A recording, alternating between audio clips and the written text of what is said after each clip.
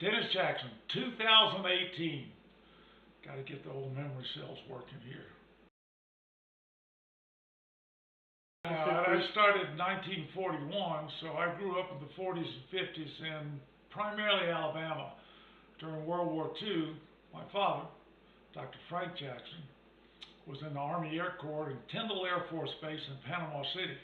And I have some memories of it, believe it or not. We got our first dog down there, Squeaky. Squeaky lived for 20 years. Love that dog. Anyway, I spent most of my time in Montgomery growing up, going to school there, and doing all the things that I did as a child. 4 brothers, no sisters. And my 2 closest brothers were born. My mother was married in 1939 and had 4 pregnancies in a period of 3 years, a little over 3 years. So she was busy. She lost the first one. He was born a little premature and he didn't make it. And then it was first my older brother Bill, then me, 11 months later, and then about, I have to think of it now, about 18 months later, 17 months later, my brother Steve. So Biffton and Steve, 1, 2, and 3 right in a row. And then she waited a little while and had Robert and Randy. That's my younger 2 brothers, 8 years and 11 years behind me. But that was Alabama and the age of segregation. And it was strict segregation. It was a sick thing. I didn't know much about it as a child, as what I was brought up in.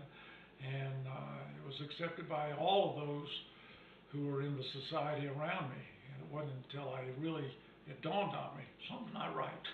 When I was probably a teenager, certainly in my 20s.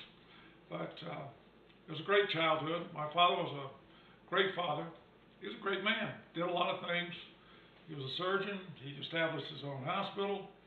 And when the time came for desegregation to occur in the 1960s, he was the leading member of the Board of Education to desegregate the schools in Montgomery. Tough thing to do, but he did that. Myself, as a child, again, I grew up without any need, and everything was supplied in terms of love and security and stability as far as our family life. Had a lot of things to do. My brother Steve and I played a lot of sports, football, basketball, baseball, and track in high school. We loved it. Both of us did. So I did all that. And then I left the town of Montgomery and went to Nashville, world's largest hick town. That was when I was 18. Went to Vanderbilt, played football there for a while. I went on a football scholarship. Stayed in Nashville for about 8 years. And never really developed that. Nice nights down if the lights weren't so bright. But I like Nashville. Nashville is a good place. It's a big city now. It was probably about 1 million. It was a metro, so it was probably Nashville, Davidson County when I was living there, 1959 through 67. I went undergraduate, then medical school, and then did a surgical internship there, so I was there for 8 years. It was a metro of about 1.2 million people. A lot bigger than that now. It's changed a lot. And enjoyed the city. But I didn't see much of the city. I didn't have a car for the first 5 years I was there, so it was just walking around the area around Vanderbilt that I knew most. From there, now you want me to go beyond childhood, or you want me to go backwards? Because I don't know a whole lot about childhood. You know, childhood, you're a child, just like every child you see running around here. You're just a child. You do childish things. As an adult, I did some childish things. There's no doubt about that. But stayed at Vanderbilt, like I say, for 8 years. Stayed in Nashville for 8 years. Went to Atlanta for a year. Didn't care for Atlanta. Too big, too many cars, too many people. Sort of like Southern California in that way. It's a big, big city. Then I went into the Air Force. Stayed at Barksdale Air Force Base in Louisiana. Kept Louisiana, kept the Arklatex safe from the Viet Cong. We kept them out. Boy, they never came in. They were afraid to come in because we were there. SAC base. Now them Viet Cong never got across the border.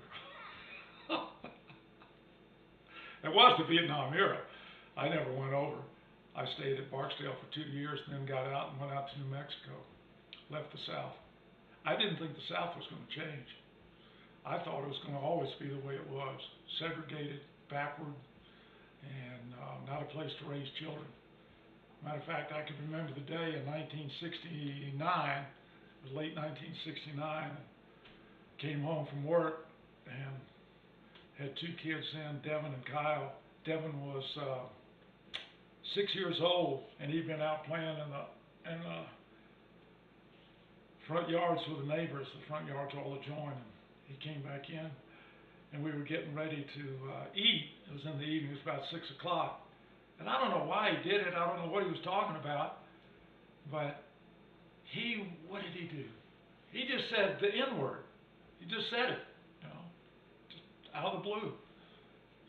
And I was standing over by the refrigerator. Joan and I were getting dinner ready. I was standing over by the refrigerator. God damn it. I said, no matter what you do, there's no way. If you're going to live here, this is what the South is, and this is how the children are going to be brought up. So right then, we made the decision, we're going to leave out of here. So I got out about 6 months later. I got out in August of '70.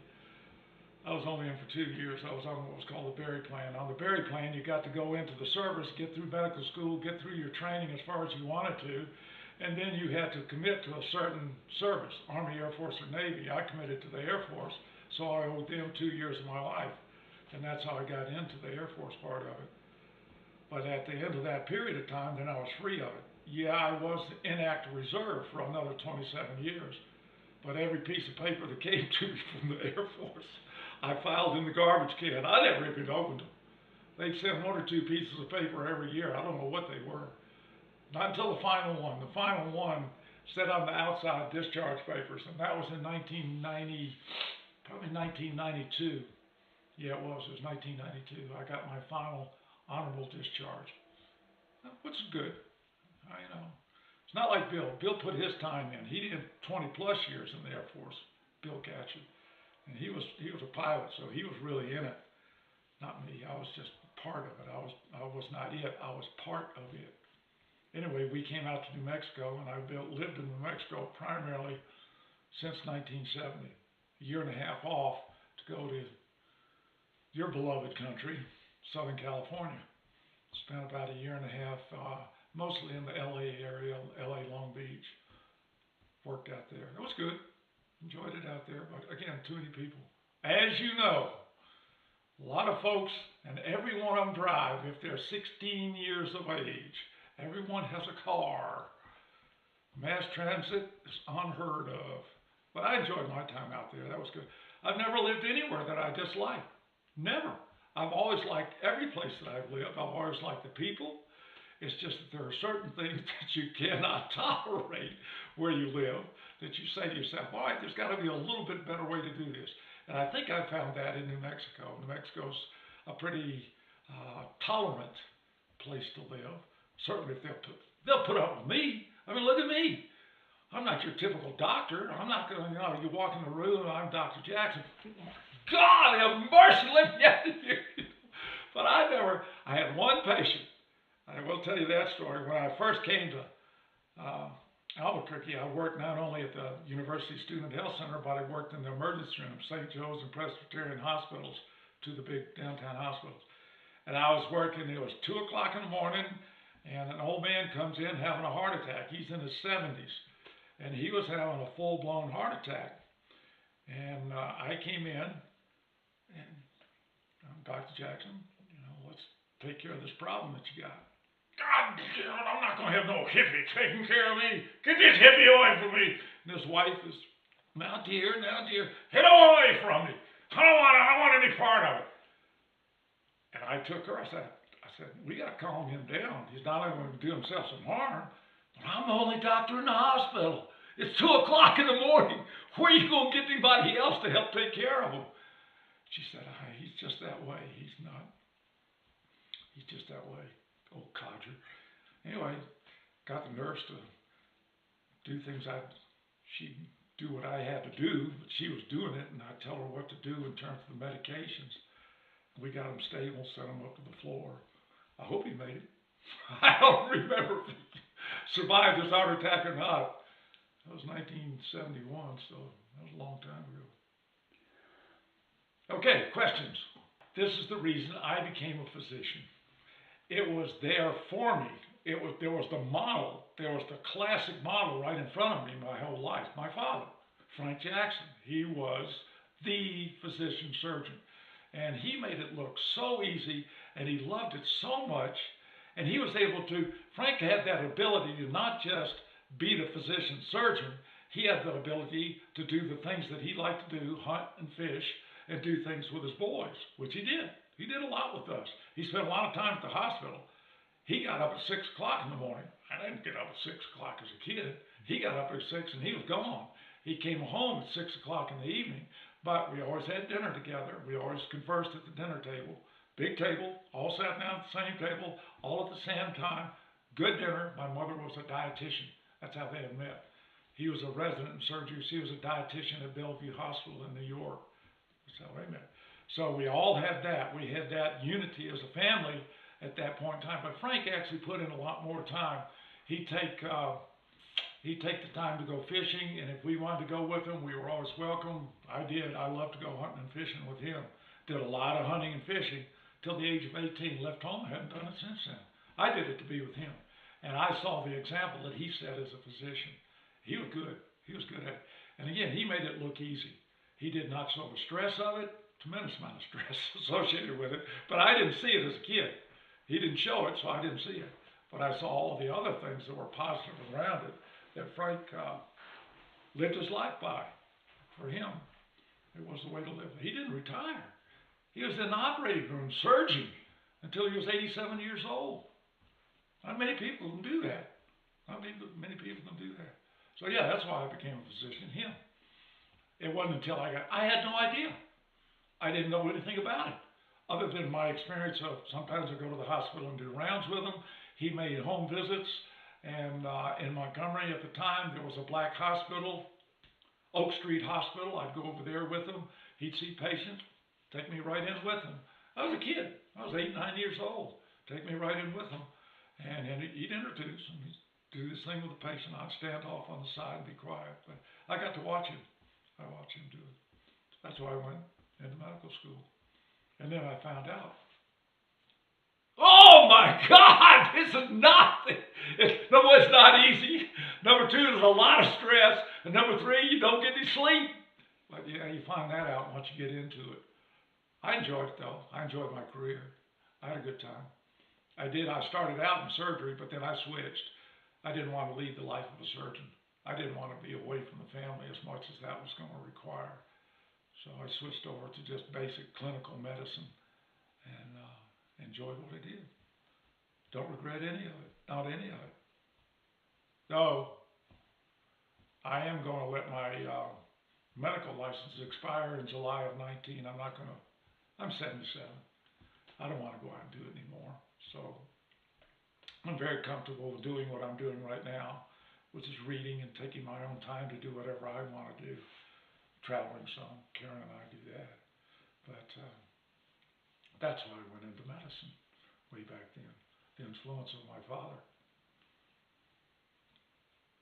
Well, you know, the 60s was a time of turmoil, as they say, as a society and a culture. We changed a lot during that time.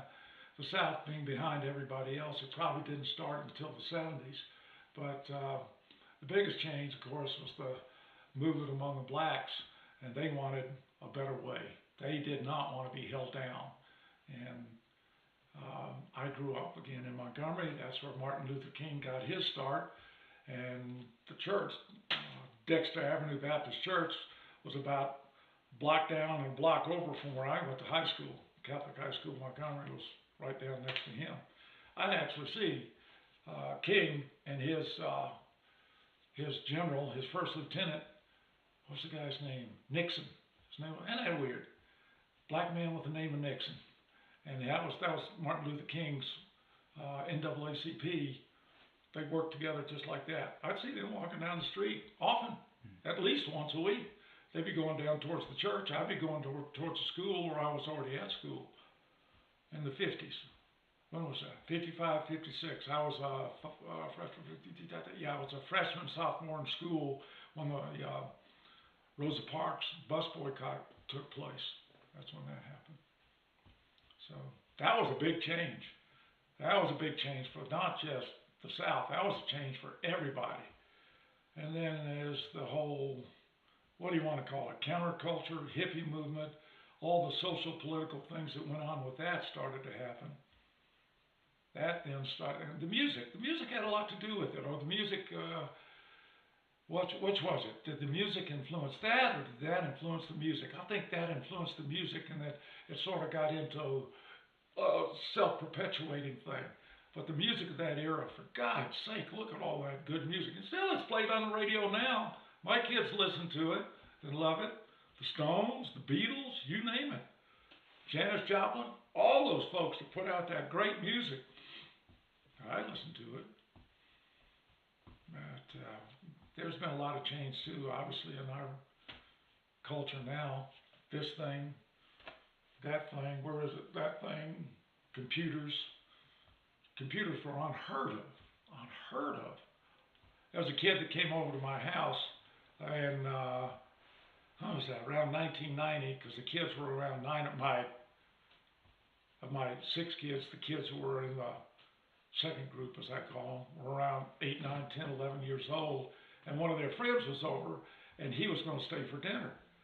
And I said, why don't you call your mom and see if it's all right if you stay for dinner? He walked her over the phone, and I had a rotary phone. He dialed, rotary phone. And he looks at it, and he picks up the handle. He starts hitting the numbers. He said, your phone's broken. I had to laugh because I thought I didn't until he did that. I just didn't realize that simple technology of going from a rotary dial phone to a push button phone has totally changed for all the little kids. They don't know what a rotary is. So I told them, you have to do it this way. And I dialed the number for them. Yeah, it's a simple thing. Been a lot of changes technologically in our society and the world, obviously, that I haven't kept up with. What have I got in this pocket? In this pocket, I got keys and a couple of dollars. In this pocket, I've got, what have I got? Oh, high technology. I've got a camera. Since we're here for Daly and Margot's wedding, I've got a camera. I also got some dental floss. That's a must for me. You gotta have my dental floss. And then in my third and last pocket, I have, sorry if I'm out of focus, I'll get back in focus. I've got the old handy wallet, and the wallet's got in it my one credit card and my driver's license. You will notice that I do not have in my pocket a cell phone. And I'll never have a cell phone. It's just like at home. People go looking around for my computer. I'll never have a computer. Is that Margot? Anyway, back to the point in hand. Technology has definitely changed how we relate to each other and how societies are going to happen in now and in the future. Let's hope it's for the better. Let's hope it's for the better. So far it hasn't been. Up until a point, and that point was first Tuesday in November of 2016, I thought we were all getting better. I thought we were going to do better as a world, as a society. And then something happened. Yeah, something happened. Maybe it'll change back this next November, Tuesday. I think it'll change back. Yeah, that's it. Hope and pray. Well, we'll see. See how all that turns out. I'm not much. Don't get me wrong. I'm not politically active. I've got my opinions. I'm not a liberal. I'm not a conservative. You know, I just my basic philosophy in life is really don't try to influence anything that's beyond your reach. If it's beyond my reach, it's out of my realm. You know, that's being a little facetious and light about the whole thing, but I try to only influence those things that are within my reach. Family, friends, patients when I was practicing. Beyond that, I don't try to influence too many things and too many people. I really don't. Because very many of them did not influence me, I'll tell you that. So, life will go on. I figure I hope I've got a good 20 more years left. I hope I do. At 77, I'm hoping to get up near that century mark, but we'll see. we'll see. A year and a half ago, I didn't know if I was going to make it. A year and a half ago, I had a little problem with my heart rhythm, and I actually came to grips with mortality. I thought, well, what if this thing they're going to do to me doesn't turn out right? Because I know how medicine works, and procedures, little procedures, can become big mistakes. So before my little procedure, I went out and bought a burial plot. You know how much a burial plot costs? 12,000 big ones. 12,000 bucks. Yeah, I know, but at least I got it done. I got my little piece of real estate where I'm going to be. It's where I want it, near where I live, near the university, near the football, basketball, and baseball stadiums. I can see them from where I'll be planted. All I got to do is sit up a little, and there they are. I got that done. Came through the procedure okay. Heart rate's back to normal. No more fluttering around. No medicines. That's the only time in my life I had to take an anticoagulant for 2 months so I wouldn't get a stroke. I didn't get a stroke. What's that? No, that didn't happen. I looked out there too. Oh, now, no medicines. Take my vitamins every day. Medicines. Be careful of those medicines. Be careful what they give to you. That's just the same. You know, they're going to do that little procedure on you. Those medicines may have big side effects. I got a brother now. Jesus Christ, he's going through proton therapy for prostate cancer. Worried about him. I sure hope that all turns out. Proton. Treating them with a cyclotron. Imagine that. A cyclotron. The things that they were creating to make the atomic bombs. And now they're bombing his prostate with it. He's doing okay.